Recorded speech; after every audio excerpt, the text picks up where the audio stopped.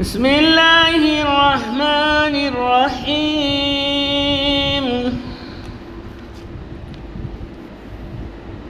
واقتلوهم حيث ثقفتموهم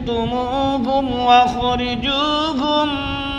من حيث أخرجوكم والفتنة أشد من القتل ولا تقاتلوهم عند المسجد الحرام حتى يقاتلوكم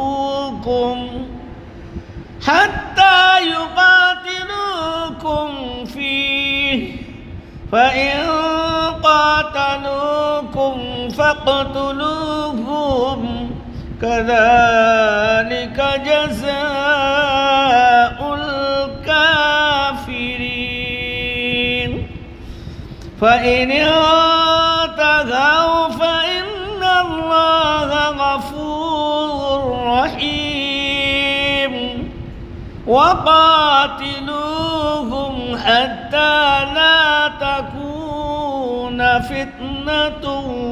ويكون الدين لله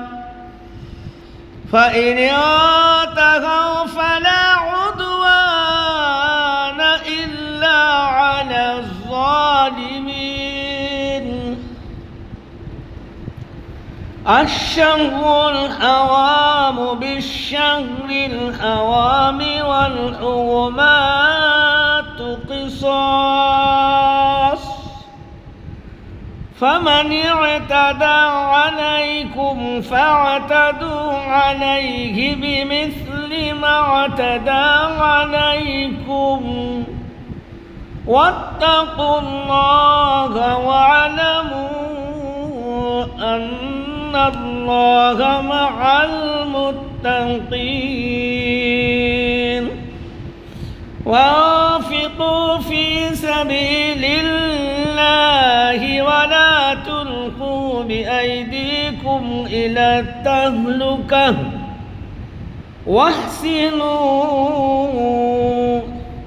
إن الله يحب المحسنين وأتموا الحج والعمرة لله فإن أحصرتم فما استيسر من الهدي ولا تحلقوا رؤوسكم حتى يبلغ الهدي محله فمن كان منكم مريضا أو به ألم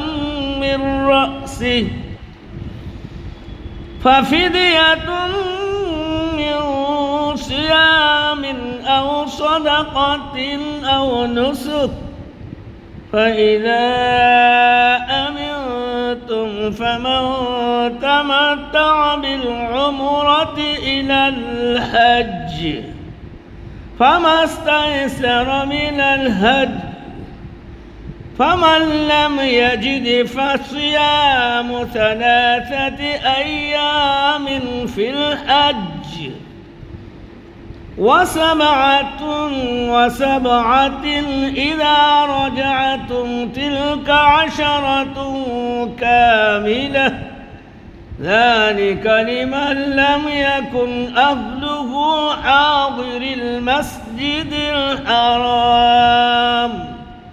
واتقوا الله واعلموا أن الله شديد العقاب